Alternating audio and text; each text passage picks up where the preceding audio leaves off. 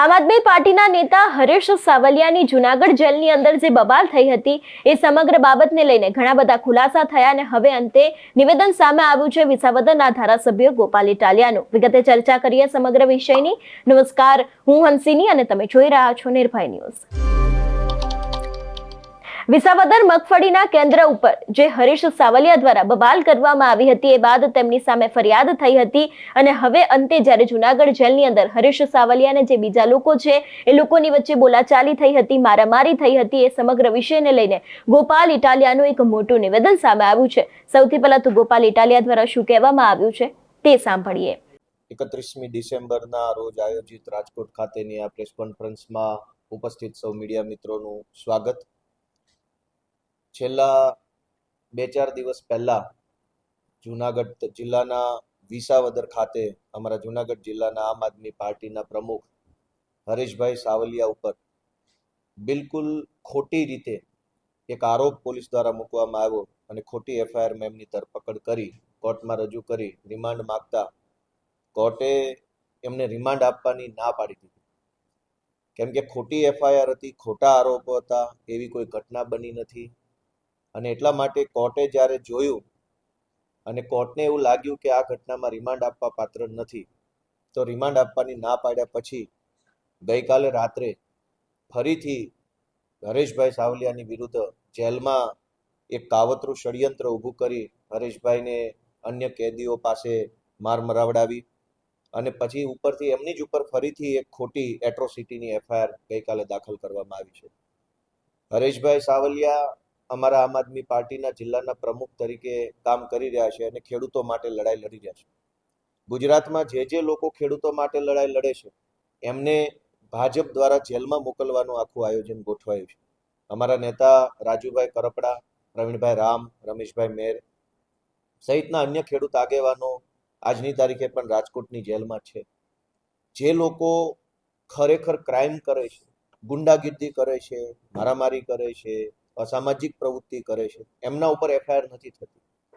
આજે જ ભેસાણની અંદર ભાજપના જિલ્લા પંચાયતના ચાલુ સભ્યએ તાલુકા પંચાયતના સરકારી અધિકારીને માર માર્યો, ચાંદી મારી નાખવાની ધમકી મારી અને ભ્રષ્ટાચાર કરેલા ખોટા બિલો ઉપર સહી કરવા માટેનું દબાણ ઊભું કર્યું. ભાજપના જિલ્લા પંચાયતના ભેસાણ તાલુકાના સભ્યએ જ્યારે સરકારી માણસને માર માર્યો તો એની મામૂલી બોલાચાલી હુસાતુસીની એફઆઈઆર પોલીસે લખી. કેમ કે ભાજપના જિલ્લા પંચાયતના સભ્ય છે. ભાજપનો જિલ્લા પંચાયતનો સભ્ય જો સરકારી માણસને મારે તો પોલીસ એફઆઈઆર નહીં લખે. પણ હરેશભાઈ સાવલિયા વિસાવદર અને ભેસાણ તાલુકાના ખેડૂતો માટે અવાજ ઉઠાવે તો પોલીસે એમના વિરુદ્ધમાં છેડતી, એટ્રોસિટી આવા ગંભીર પ્રકારના આરોપોની એફઆઈઆર લખી અને એમને જેલમાં મોકલ્યા છે. અને જેલની અંદર જઈને પણ એમની ઉપર નવી એફઆઈઆર કરવામાં આવી છે. આ એફઆઈઆરનો ખેલ કરવાની અંદર ગુજરાત પોલીસના કેટલાક અધિકારીઓએ કમરનો પટ્ટો ગળામાં પહેરી અને હર્ષ સંઘવીના ટોમી બની અને દલાલી કરવાનું કામ ચાલુ કર્યું છે. કેટલાક અધિકારી સારા છે, કેટલાક ટોમી બની ગયા. આ જે કાંઈ અધિકારીઓ ટોમી બની અને ગુજરાતની અંદર ભાજપની દલાલી કરવાનું કામ કરી રહ્યા છે એમને પણ વિનંતી છે કે રાજનીતિ ક્યારેય એક સરખી રહી નથી. આજે એમનો સમય છે, કાલે આમ આદમી પાર્ટીનો સમય આવશે. આપણે સમયને માન આપી અને સંવિધાનને માન આપી કામ કરવાનું હોય છે. આજે હું અમારા નેતા પ્રવીણભાઈ રામને રાજકોટની જેલ ખાતે મળવા ગયો હતો. મેં જ્યારે સવારમાં ફોર્મ ભર્યું તો પ્રવીણભાઈ રામના પિતાશ્રી, એમના કાકા, એમના ભાઈ અને અન્ય સગાવાલાઓ મારી સાથે હતા. કુટુંબ પરિવારના સગાઓ વત્તા એમના મિત્ર તરીકે હું આવી રીતે અમે ફોર્મ ભર્યું. એ ફોર્મ લઈ લેવામાં આવ્યું, સ્વીકારવામાં આવ્યું, અમને વેઇટિંગમાં બેસાડવામાં આવ્યા. જ્યારે વારો આવવાનું નક્કી થયું કે હવે મળવાનો વારો છે ત્યારે અધિકારીઓ આવીને મને એમ કીધું કે તમે પ્રવીણ રામને મળી શકશો નહીં, તમને મળવા નહીં દઈએ અમે. મેં પૂછ્યું કે શું નિયમ છે, શું કાયદો છે, એ લખ્યું હોય તો મને તમે કહો. તો એમણે કીધું કે અમને ઉપરથી ના પાડી છે, કોઈ કાયદો નથી, બસ ઉપરથી ના પાડી છે તો અમે તમને નહીં મળવા દઈએ. મેં ખૂબ વિનંતી કરી કે મિત્ર તરીકે ન મળવા દો તો હું એડવોકેટ તરીકે એમને મળવા માંગુ છું. કેમ કે જેલની અંદર રહેલા દરેક કેદીને પોતાને જે વકીલ ગમે તે વકીલને પાસેથી લીગલ સલાહ લેવાનો અધિકાર છે. તો હું એમને એક વકીલ તરીકે મળવા માંગુ છું. તમે એમને અંદર જઈને જાણ કરો, હું બહારથી ફોર્મ ભરી દઈશ. અને જો એને મારી સલાહ લેવી હશે, લીગલ સલાહ, તો એ અંદરથી આ પાડશે તો જ હું મળી શકીશ. તો મને વકીલ તરીકે મળવા દેવાની પણ આજે ના પાડી. આજે પ્રવીણભાઈ રામનો જન્મદિવસ છે એટલે મને એમ હતું કે એમને મળી એમના ખબર અંતર સ્વાસ્થ્ય સંબંધિત સમાચાર પૂછીશ.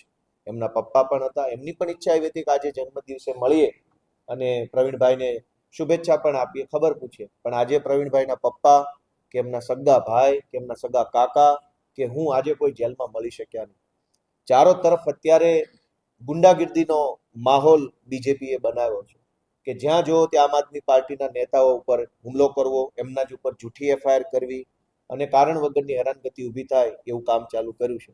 આ બાબતે આમ આદમી પાર્ટી અમારા જે કંઈ કાર્યકર્તાઓને હેરાન કરવામાં આવ્યા છે એમની સાથે છે.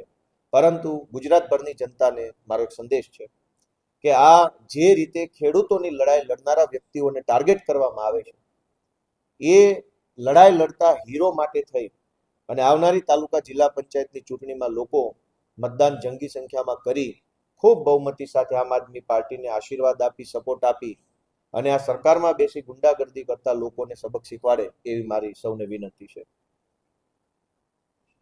Thank you. અહીંયા સીધા જ આક્ષેપ ગોપાલ ઇટાલિયા દ્વારા ક્યાંક ને ક્યાંક સરકાર ઉપર મૂકવામાં આવ્યા છે.